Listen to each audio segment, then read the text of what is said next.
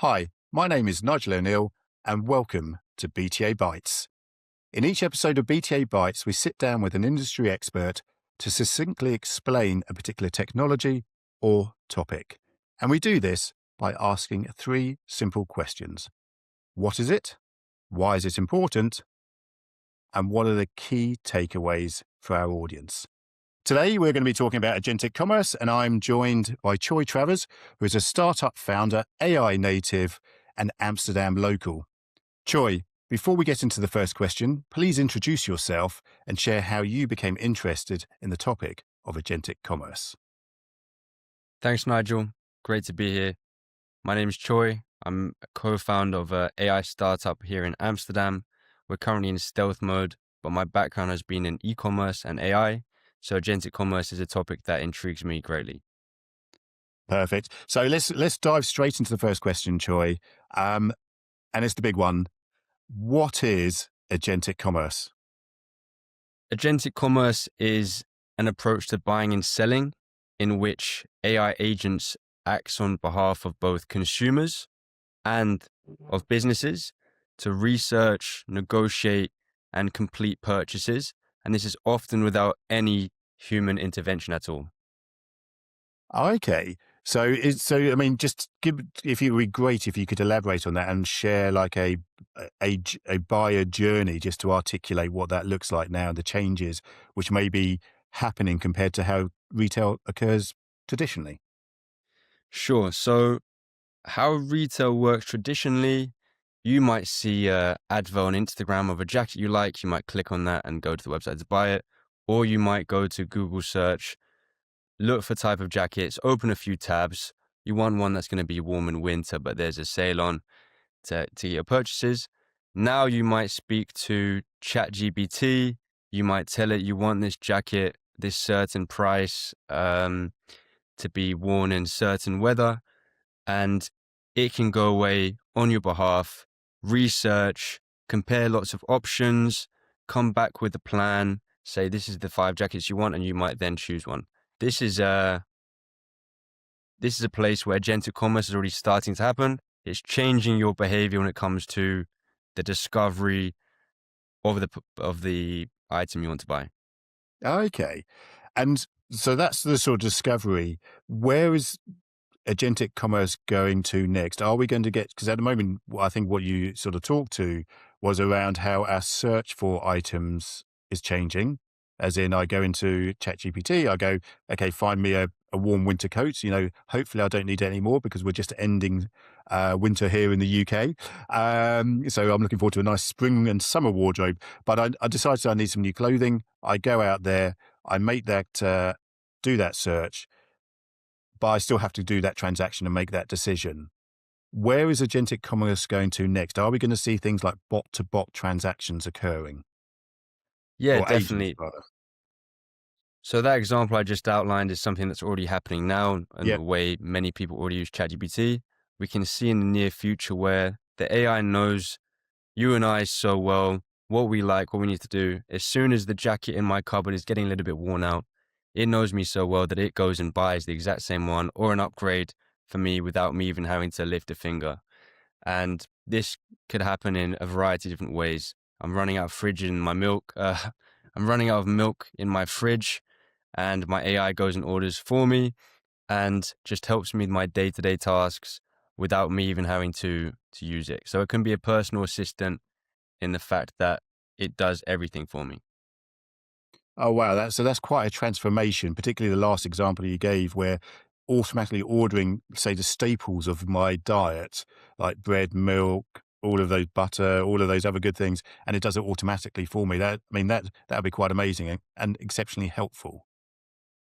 Yeah, and this is something that's actually, it sounds futuristic, I know, but in the West where we are, this is maybe not happening yet, but in China, this is actually happening now. So in January, Alibaba updated their AI chatbot so you can order food, book flights, compare products, and pay all without leaving the conversation.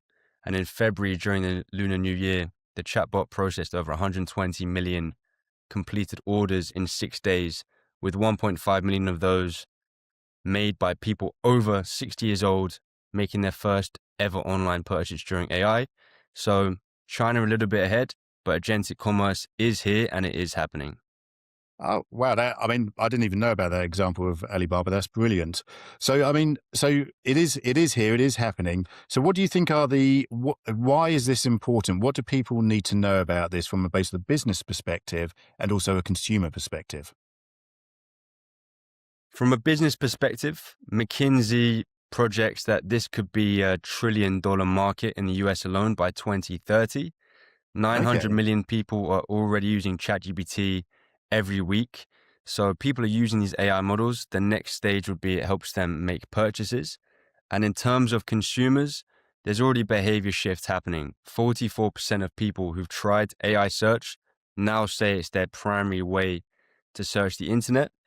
And finally, what I'll say is that there's a power shift happening. For 20 years, both for consumers and businesses, the game was we got to get found on Google.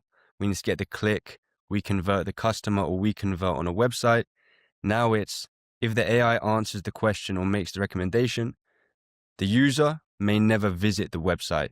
So everything is changing for brands, publishers, advertisers, anyone whose business depends on web traffic, which is a lot of people. Yeah. I mean, that's quite a transformation you're mentioning there.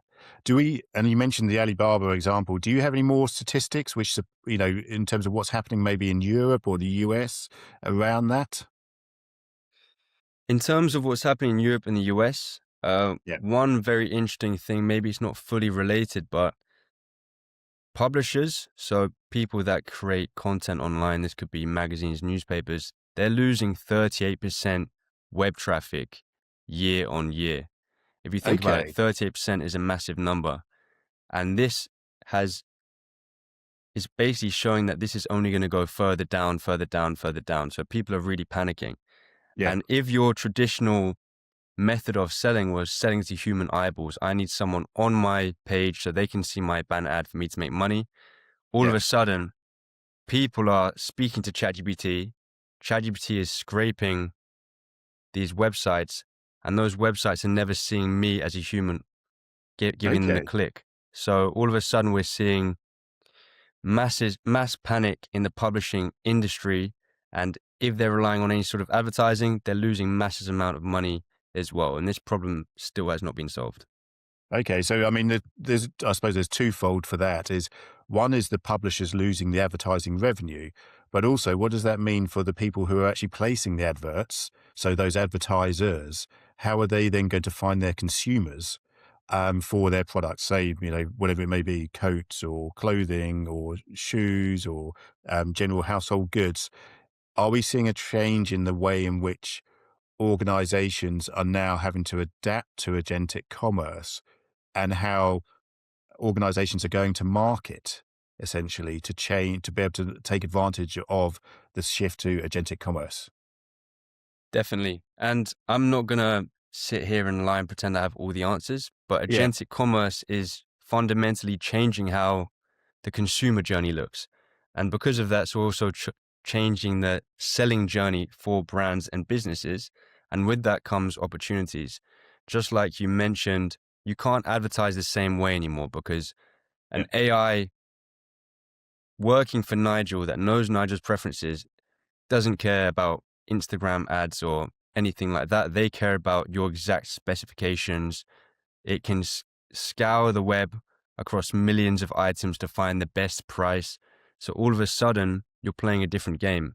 And that's why we're now seeing a whole new advertising industry arise. ChatGPT are launching their ads. That's already happening in the US Yeah. and lots of different things happening. And we're starting to see a movement in which people are thinking, okay, maybe I don't need to make ads for humans anymore, or maybe I need to shift to how do I advertise to AI agents?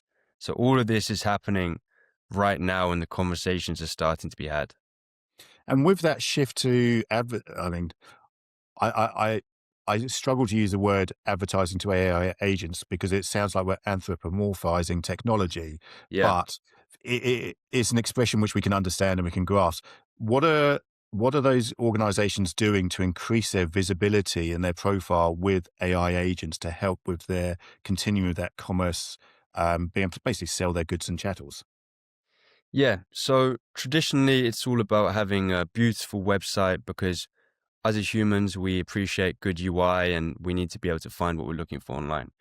Yeah, I don't think that's going to change, but for to be recognized by AI and AI agents, you need to have everything in order. It needs to be simple, it needs to be understood, you need to have good authority, you have to have reviews. And a lot of it comes back to traditional SEO, having blogs that say what you're doing, being someone who is trusted online. And all of this feeds back into, okay, how visible are we now in AI? yeah. Okay, so some of the traditional marketing techniques like user reviews, consumer reviews are still very, very important in the agentic commerce era because what you're saying is AI agents are still coming along, scraping those reviews and using those reviews as part of their decision-making criteria for recommending a piece of a particular item. Exactly, because even though AI is this incredible technology, it still relies on human generated content from these publishers that are getting scraped, but Yeah. also from places like Reddit, where people have human generated answers and reviews. Even now, YouTube is a massive source of information that they're scraping. So it all comes back to humans, reviews, and AI just benefits from that. It doesn't make new ideas itself. Okay. Yes. Well, yes, exactly. And that goes down a different topic where we won't go there today, Yeah. about AI's ability to generate new concepts and new ideas, or whether it's just a recombination of existing ideas. But that's for another day, that topic. Okay, cool. So I suppose finally coming, so we've covered, what is it, how is it changing the industry, and why it's important, and about those changes. What are the key takeaways that you think you'd like to leave the audience with today? Yeah. So some key takeaways are if you have a business, your product data is now your new shopfront for AI. So as I mentioned, in the old world, a beautiful website sold your product. Now it's your data. Make sure your data can be read by AI, meaning it's clear, accurate info about what you sell. Another one is it's useful to start thinking about if you have that you would have two customers, one human and one machine, and you need to be understood by both. Websites aren't going to disappear. People are still going to buy in the traditional way. But over the next few years, if all the predictions are right, there's going to be more and more agents buying, and you want to be ready for that age so you don't get left behind because there will be winners and there will also be losers. And finally, it could be interesting to go to ChatGPT or a similar AI model and search for your own brand. See what it says. And whether that's a good thing or a bad thing of what comes up, that's your AI shopfront today. And that could be your wake up call to, okay, we need to change how we're getting made visible in AI. So brilliant. So what you're saying is three things. First of all, make your data strategy is still absolutely critical. And for any organization, having the right data strategy is important, and making sure that data is visible and it can be seen by AI. Secondly, you're saying you still need to, and secondly, is develop your strategy around this, how you're going to do this. Because even if it's people may be saying, oh, it's going to be coming down the line, we're already doing it. I think you gave an example earlier of how AI is changing the way in which people shop and the consumer behaviors for that. And thirdly, what you're saying is just a practical tip. Go online and actually start researching yourself. Put your organization into these search engines and see what they say about you. Exactly. And it's important to know that agentic commerce is happening. It is going to happen. It's not replacing the internet, but it's adding a decision layer on top of it. And what's different is it changes how decisions themselves get made, not which website you visit, but whether you actually visit a website at all. And we all need to prepare for that. Brilliant. Thank you, Choy, for sharing your expertise. That has been truly insightful and with some great takeaways as well. So, this BTA Byte was brought to you by the team at Behind the Algorithm. Please visit our website at www.behindthealgo.com for more episodes, or wherever you get your podcasts from. Bye for now.